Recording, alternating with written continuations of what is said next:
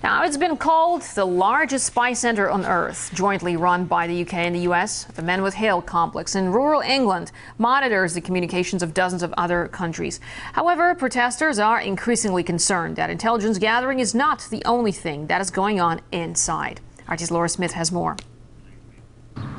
It's a little piece of America in the middle of the Yorkshire Dales. It might look like some kind of theme park, but it's actually a spy base and part of the early warning system for the ever-expanding US missile defence shield. It's a part of this huge kind of organism that's gripping the world, and it surfaces in different places like Menwith Hill, which is connected together and is the American military. There's been a base in Menwith Hill since the 1960s, growing all the time, until the site now comprises 33 of those golf ball-like structures.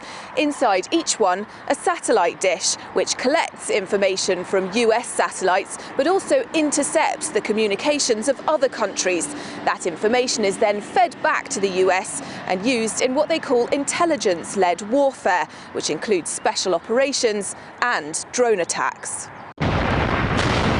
To keep up with new forms of warfare, billions of dollars have been invested in Menwith Hill over the last 10 years. It's enabled the base to remain a vital component of the global US surveillance network. Menwith watcher Dr. Steve Schofield reckons the inner workings of around 100 countries are closely monitored here, something he dubs an unprecedented level of intervention. The UK is providing a facility here that's involved in drone attacks that we know from independent assessments are killing and injuring thousands of civilians now. These are acts of war, and normally when we have acts of war, Parliament should normally inform people that we're involved in those, and we're not being informed. We're kept entirely in the dark about them. This isn't news to locals. They've been coming up here to protest weekly for decades.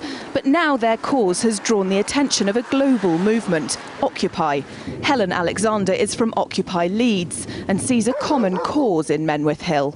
Consider its implications on our individual civil liberties, the fact that they can listen to all of our phone calls, they can intercept our emails. There's whistleblower evidence, there's testimonials that will back up the claims that what goes on there is not only political espionage but commercial espionage. It's a far cry from the land of the free rhetoric the US is famous for, and critics see Menwith Hill as a symbol of that hypocrisy and of Europe kowtowing to US power.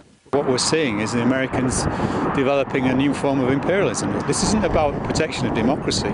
If you look at the pattern of bases, the base investments that's been done by the United States over the past 20 years, it's all about ensuring that they have access to oil and other vital non-renewable resources in Africa, in the Persian Gulf, and we've got to challenge that. We really have to start challenging it before it's too late, because the next stage is probably the attack on Iran. With the US's expansion plans for the ballistic missile defence shield up to 2025, and with Menwith Hill already part of the early warning system, this poking of America's nose into other people's backyards is stoking fears it could be the trigger to a new arms race. Laura Smith, RT, Menwith Hill, Yorkshire.